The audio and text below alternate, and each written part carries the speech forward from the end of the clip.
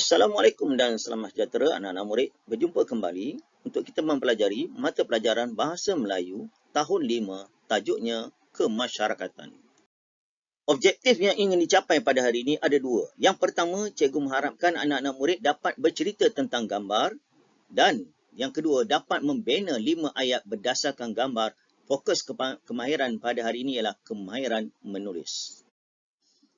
Apabila dapat latihan bergambar, dapat saja gambar, cerita tentang gambar, dah pening kepala. Nak buat apa? Nak tulis apa? Tak tahulah nak buat ayat. Murid menganggap penulisan ni agak menyukarkan, agak susah, tak berminat. Akhirnya mereka buat main-main. Keputusannya tidak memuaskan. Jadi bagaimana nak membuat ayat ataupun bercerita tentang gambar? Mari kita belajar bersama-sama. Bila dapat saja latihan bergambar, suruh cerita tentang gambar, suruh buat ayat 5 ayat tentang gambar, ada pelbagai aksi. Ada murid yang pertama dia fikir, apa yang aku nak tulis ini? Ada murid dia terus dia melengung. Ada murid terus saja menulis.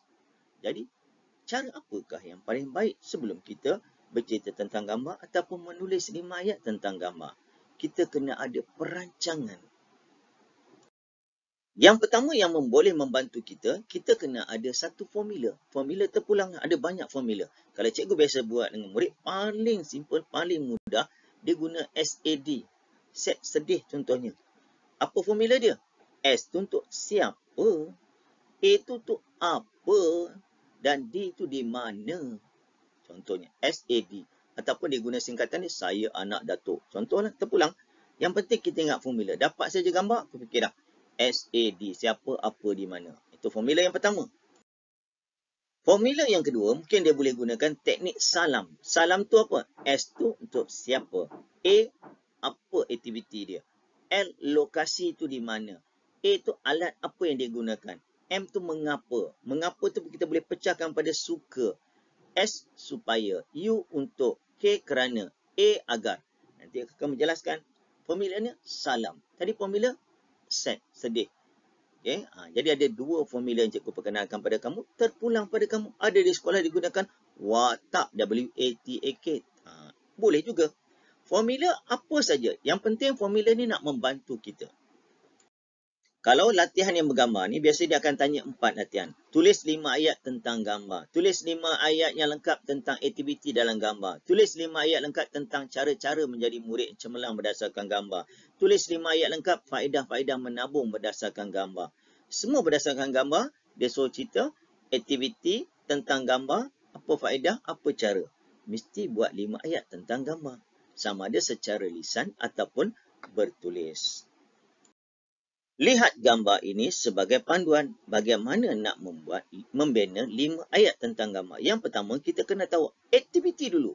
Rujuk pada soalan. Kalau dia suruh aktiviti, aktiviti. Kalau aktiviti bertentang gambar, masih ada kaitan dengan aktiviti. Aktiviti, ingat, itu kamu dah belajar ayat aktif, ayat pasif, ayat aktif khususnya. Yang ada imbuhan meng tu, men ke. Okay, contoh, yang pertama kita senaraikan dulu. Melipat baju. Membaca surat khabar. Yang ini pula dipanggil menatang dulang. Mengajar adik. Ataupun membaca buku. Menggantung gambar. Yang penting kita cari 5 perbuatan. Okay? Baru kita boleh buat ayat. Rancang dulu. Cari perkataan-perkataan yang sesuai yang kita nak gunakan. Khususnya kata kerja. Itu peringkat pertama. Langkah yang seterusnya, kita belajar buat ayat. Buat ayat dulu secara lisan. Kita cakap dulu. Kalau kita terus menulis, nanti kalau salah nak padam balik semula. Gunakan jari contoh. Puan Diana melipat kain di ruang tamu. Apa formula tadi? S tu siapa? Puan Diana. Apa?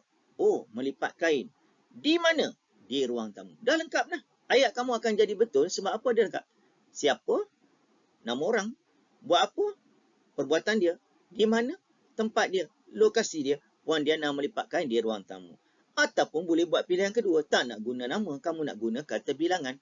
Seorang wanita yang duduk di sebelah buaian sedang melipat kain. Juga betul.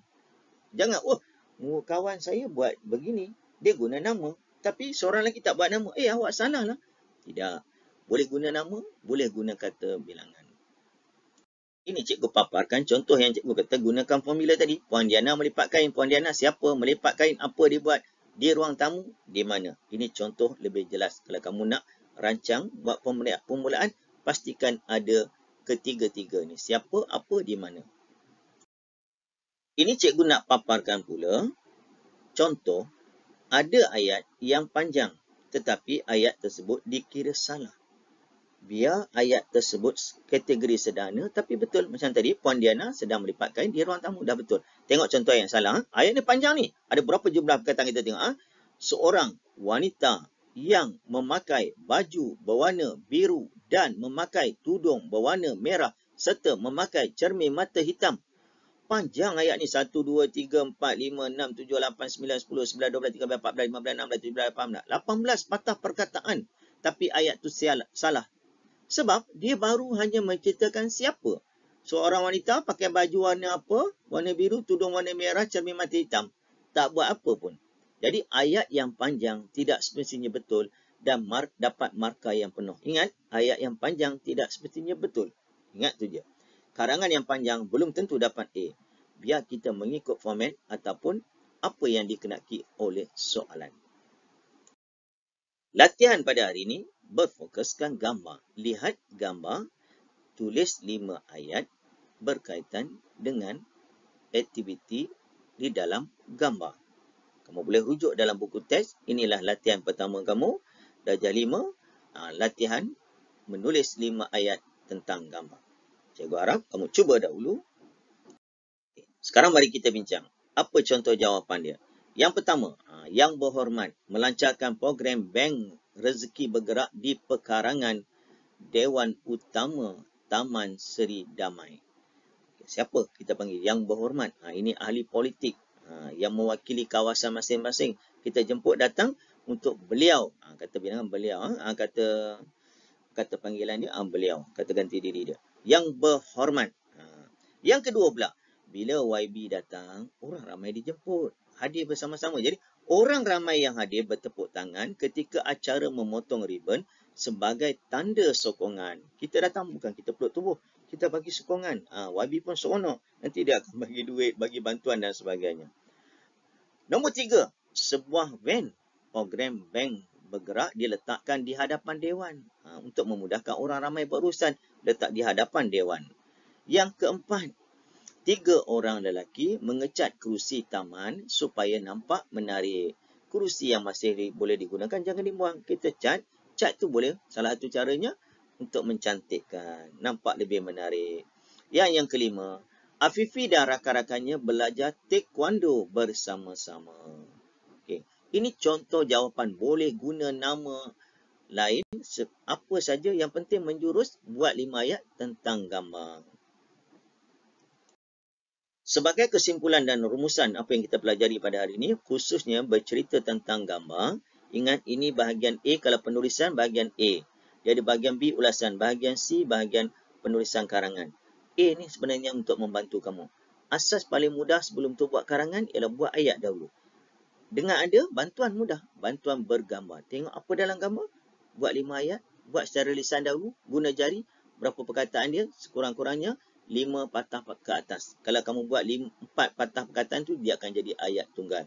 Saya ada sebatang pen. Contoh, itu ayat pendek. Kamu dah darjah 5, kena buat ayat yang agak panjang. Paling bagus antara 8 hingga 12 patah perkataan. Ingat, ayat yang panjang tidak seperti ayat itu akan jadi ayat yang betul. Lagi panjang kadang-kadang risikonya akan jadi salah. Itu saja dari cikgu. Assalamualaikum. Selamat sejahtera semua.